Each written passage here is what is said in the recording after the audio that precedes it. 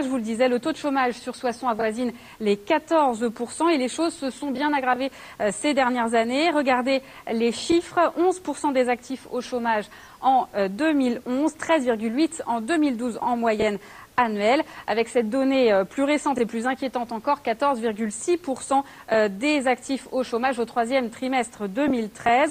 Problématique de l'emploi, ça a été notre préoccupation dès le début de notre mandat. Les élus en place n'ont pas anticipé.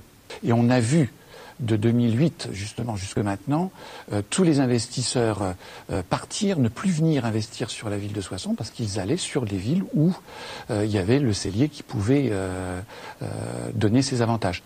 Donc il y a... En même temps, on n'est pas en manque de logement à Soissons, on est autour de 7% de logements vacants.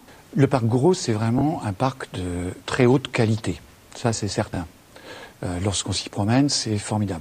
Encore une fois, monsieur le maire sortant, on ne va pas au parc Gouraud pour se promener. On va au parc Gouraud pour travailler. La dotation globale de fonctionnement de l'État en 2012, on était à 400 € par habitant, alors qu'en moyenne, pour une ville de la taille de Soissons, on est plutôt autour de 270 € par habitant. Donc on a l'impression que, que la ville est sous perfusion de l'État. Est-ce que du coup, vous avez des garanties sur la dotation globale de fonctionnement? C'est le problème. Donc, pour sortir de cet engrenage, il faut qu'on ait des ressources propres. Dans la ville de Soissons, on ne pourra pas créer d'entreprise. C'est impossible. La construction de logements, outre le fait que ça fait travailler les entreprises, ensuite le fait d'avoir des logements qui génèrent ensuite une taxe foncière, une taxe d'habitation, c'est des ressources nouvelles. C'est-à-dire qu'on est maintenant sur une spirale positive au niveau de la dynamique des ressources, des recettes. Vraiment, de la ville. Vraiment les bras m'en tombent. Je vais employer une expression que vous employez souvent, monsieur Dailly. Quel toupet.